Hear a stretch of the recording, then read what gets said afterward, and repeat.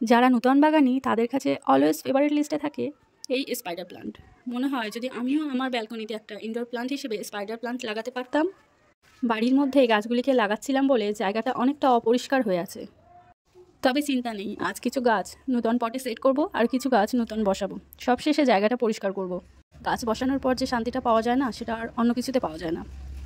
আর সব কাজ শেষ হলে জায়গাটা পরিষ্কার করব। এভাবে ওয়ান টাইম গ্লাসে বসিয়ে রাখার কারণ, যখন কেউ বাড়িতে এসে গাছ চায় তখন কাটিং না দিয়ে এইভাবে গাছের চারা দিতে পারি। আমার স্পাইডার প্লান্টের স্টিকগুলো থেকে আমি এভাবেই চারা করি। নার্সারিতে গাছ কিনতে গেলে ফুল গাছের থেকে ইনডোর প্লান্টগুলোর দাম অনেক বেশি বলে, কেন তা আমার জানা নেই। ইনডোর প্লান্ট কম যত্নেই অনেক ভালো থাকে। একবার মিডিয়াটা ভালোভাবে তৈরি করে বসিয়ে দিলেই আর নিয়ম করে পানি দিলে গাছের চিন্তা আর করতে হয় না। পিছনে যে স্পাইডার প্লান্টটা দেখা যাচ্ছে, এটাও একটি মাদার গাছের চারা থেকে করা। এখন ঠিক এরকম আছে গাছটি। আর এই গাছগুলো বসানোর 7 দিন পর এই রেজাল্ট। গাছের গ্রোথটা ঠিক এমনই ছিল।